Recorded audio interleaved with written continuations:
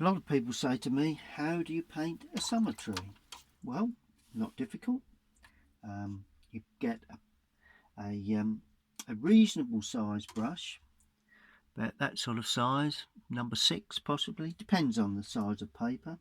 You get a green mix because it's summer, and you do the leafing first before you start to paint the branches.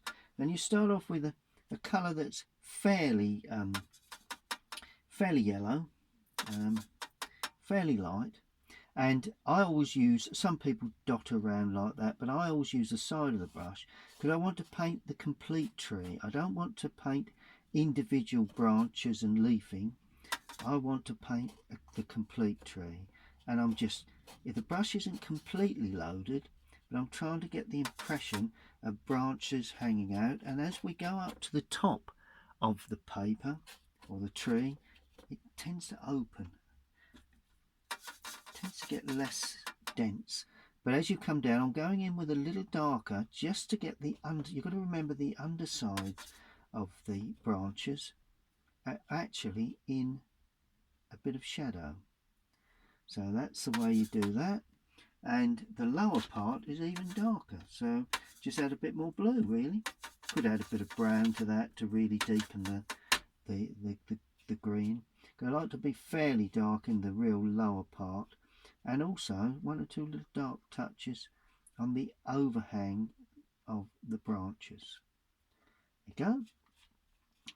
And that really is all you need for the branch work, and then you quite simply add the trunk to that, and that's just a dark brown and a blue. Probably use Prussian and burnt umber, the same colours that we use for the leafing, only a lot more brown in there.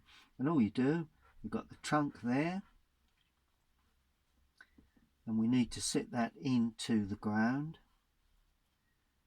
and quite simply a damp brush, just swipe across the land and allow that to bleed into that area. There we are, and that's the way you produce the land from which the tree sits on.